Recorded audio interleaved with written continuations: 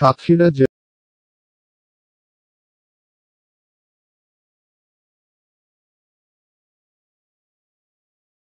জেলার ভোমরা স্থলবন্দরে কাস্টমস ও বন্দরের কর্মকর্তাদের দুর্নীতির কারণে রাজস্ব আদায়ের লক্ষ্যমাত্রা কমানো হলেও তা পূরণ হচ্ছে না।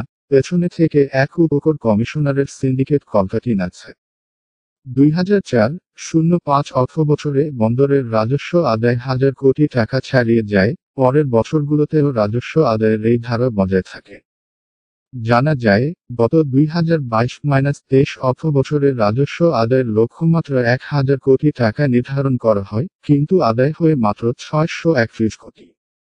কাঙ্ক্ষিত রাজস্ব না পাওয়ায় চলতি 2023-24 অর্থবছরে লক্ষ্যমাত্রা কমিয়ে 1,8541,000,000 বিডিকে নির্ধারণ করা হয়। 22 ফেব্রুয়ারি 2024 তারিখে সাতক্ষীরা জেলার ভোমরা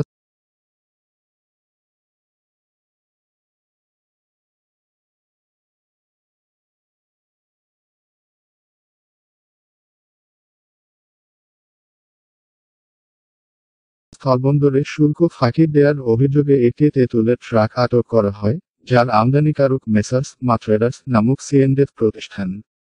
বন্দরের 3 নং স্কেল দিয়ে ভারত থেকে আসা ট্রাকটি ইয়ার্ডের মধ্যে প্রবেশ করলেও স্কেলের দায়িত্বরত কাস্টমস ও বন্দরের কর্মকর্তারা কোন ওজন করেনি বা ওজন স্লিপও প্রদান করেনি। এরপর মেসার্স ট্রেডার্সের এক কর্মচারীর কাছ থেকে ইনভয়েস সংগ্রহ করা হয়। ইনভয়েসে দেখা যায় 27.30 টন পণ্য আনার কথা, কিন্তু ওজন করে ট্রাকটিতে 30.63 মেট্রিক টন পণ্য পাওয়া যায়।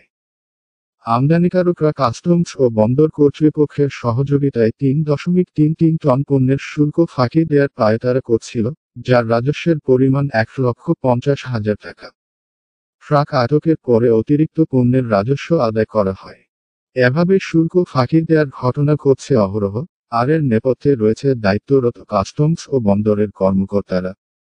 উল্লেখ্য, উপকর কমিশনার এনামুল হক বর্তমানে ছুটিতে ঢাকায় থাকলেও এই ধরনের অনিয়ম তার নির্দেশনা মতেই হয়ে থাকে। এখানে যত অনিয়ম হয় সব তার সিন্ডিকেট নিয়ন্ত্রণ করে। উল্লেখ্য, 3-4 বছর আগেও কর্মচাঞ্চল্যে মুখর থাকত ভোমরা স্থলবন্দর। এই বন্দর দিয়ে প্রতিদিন 4 শতাধিক পণ্যবাহী ট্রাক ভারত থেকে বাংলাদেশ প্রবেশ করত। কিন্তু সময়ের ব্যবধানে বদলেছে বন্দরের স্থিতিচিত্র। বন্দর সূত্র মতে, আগে যেখানে প্রতিদিন 400 পণ্যবাহী ট্রাক এই বন্দরে মালামাল নিয়ে আসত, এখন এই সংখ্যা 200-এর নিচে নেমে গেছে। গত 22 জানুয়ারি বন্দরটি দিয়ে মাত্র 109টি এসেছে। ব্যবসায়ীরা এই বন্দর ব্যবহারে আগ্রহ হারিয়ে ফেলছেন, যার ফলে আমদানি, রপ্তানি কমেছে উল্লেখযোগ্য হারে। বর্তমানে রাজস্ব আদায়ের পরিমাণ কমে থেকে নেমে। সাতক্ষীরা জেলার ভোমরা স্থলবন্দরে কাস্টমস ও বন্দরের